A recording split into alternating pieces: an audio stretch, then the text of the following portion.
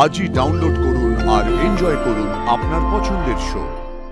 Case যখন একবার এতদূর গড়াইছে, আমি চাই নির্দোষ প্রমাণিত হয়ে এখান থেকে মাথা উঁচু করে বেরোতে, আর যারা আসল দোষী বটে ওদের হাতে হাত করা পোড়া করে। এই অবস্থায় ফেলে রেখে আমরা বাড়িতে গিয়ে শান্তিতে থাকতে পারবো? কাকাবাবু, মল্লার, তোমরা বরং একটা কাজ করো, তোমরা প্লিজ একটু অফিসারের কাছ থেকে পারমিশন করায় আমাকে আমার বইগুলো আনাই দিতে পারবে? ওই পড়াশোনা করে একটু মাথাটা ঠিক রাখবার চেষ্টা করবো আর কি।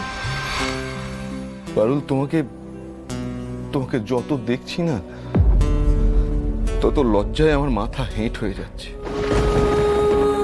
যে মেয়ে আমাদের জন্য এত কিছু করলো, বাড়ির সবাইকে ভালোবেসে আগলে রাখলো, আমাকে অত বড় একটা কলঙ্কের হাত থেকে বাঁচালো, তাকে আমাদেরই বাড়ির জন্য জেলে আসতে হলো। তুমি চিন্তা করো না পারুল, আমি তোমাকে এখান থেকে বের করবই।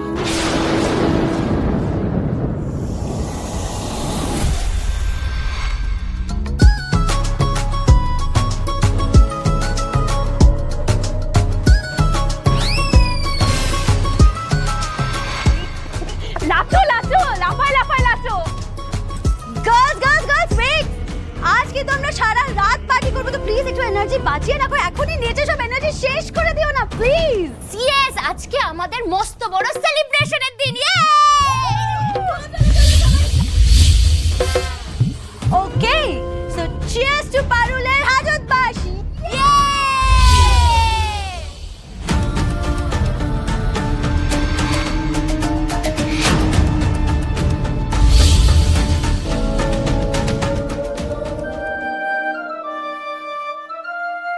হ্যাঁ গো, এটা খেলে লিজা হয়?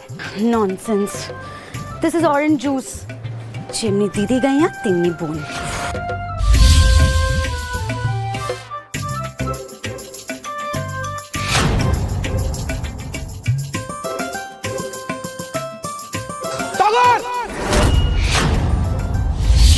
তুমি চলে এলে? টগর, হচ্ছে নাকি এগুলো? পারুলের সাথে যে তোমার রক্তের সম্পর্ক নেই সেটা নয় তুমি আজ জানতে পারলে, কিন্তু ওকে তো তুমি ছোটবেলা থেকে চেনো, দিদি হয় তোমার। সেখানে ওকে জেলে পাঠিয়ে তোমরা সবাই মিলে এখানে পার্টি করছো, তো আমার রায়নের ঘরে। এটা তোমাদের কাছে কি অ্যাচিভমেন্ট?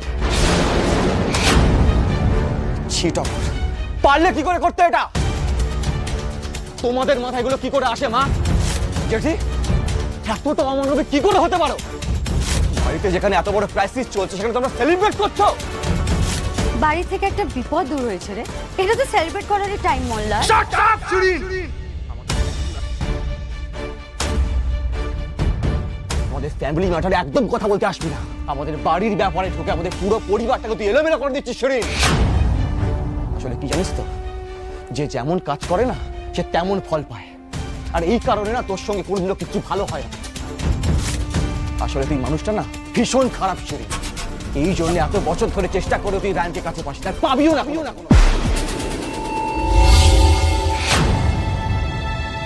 সেখানে রায়ন আর পারুলের মধ্যে এত মতবিরোধ থাকার পরেও দেখ ওরা একসঙ্গে থেকে গেছে। তুই নিজের মুখটা বন্ধ করে এখান থেকে যা না। মল্লার, একটা চোরের গুণগান শুনতে আমাদের কারোর ভালো লাগছে না রে। আর রায়নের যদি পারুলের প্রতি অত টান থাকতো না, ও তো বিদেশ যেতই না। ওকে জীবনে কি করতে হবে কি না করতে হবে সেটা কিন্তু ও বুঝে গেছে। এসে যখন ডিভোর্সটা দেবে তখন একসঙ্গে থাকা ঘুচে যাবে, জানিস তো?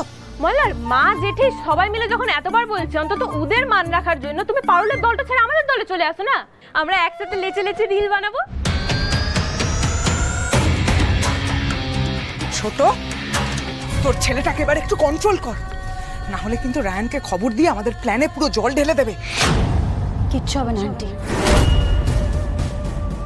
রায়ান, মোল্লার, এমনকি দাদু নিজে এসো পারুলকে বাঁচাতে পারবে না।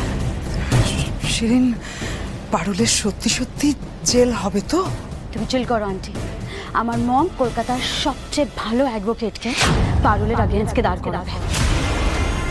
আর মম এমন ব্যবস্থা করে রেখেছে যে পারুল কোনো অ্যাডভোকেটই পাবে না। এবার ওই পারুল জেলেই বুঝে মরবে।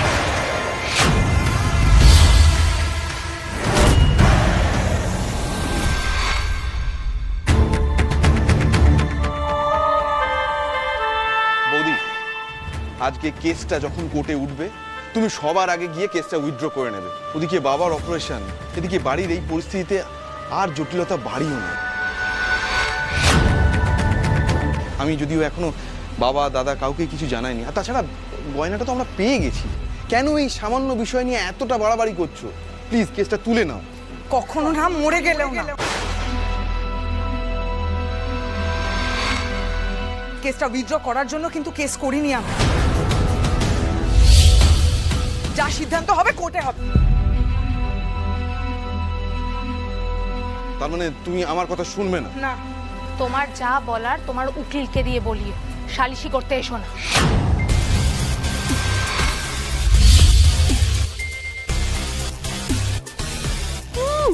বিদ্যে ধরিয়ে এসেছে বড়, কোর্টে বসে নাকি আবার লেখাপড়া করছে, লোক দেখানো সব।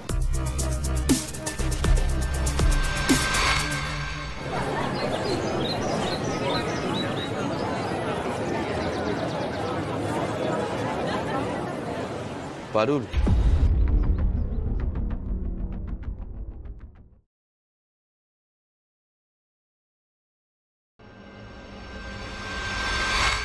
আমাকে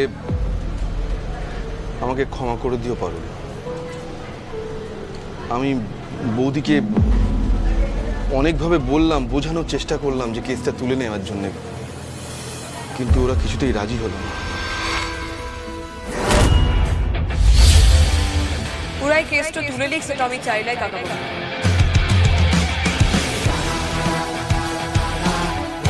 তাহলে তো প্রমাণ হয়ে যাবে যে আমি এই চুরিটা করেছি, আর ওরা আমার লিগে শুধুমাত্র কম্প্রোমাইজ করছে। তাই আমি চাই এটা প্রমাণ হয়ে যাক যে আমি এই চুরিটা করিলাই।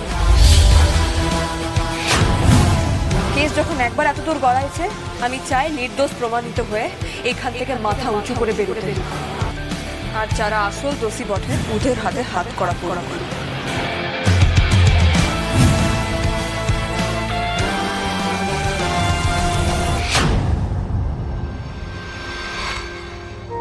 মিস্টার নাথ, আপনাকে কিন্তু আমার মম রেফার করেছে। এর সাথে আমার মমের রেপুটেশন জড়িয়ে আছে।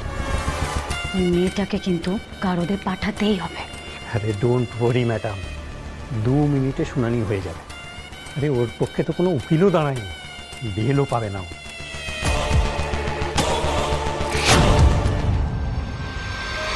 ইস, মেয়েটার মুখটা কতটা শুকিয়ে গেছে দেখেছো একদিনে।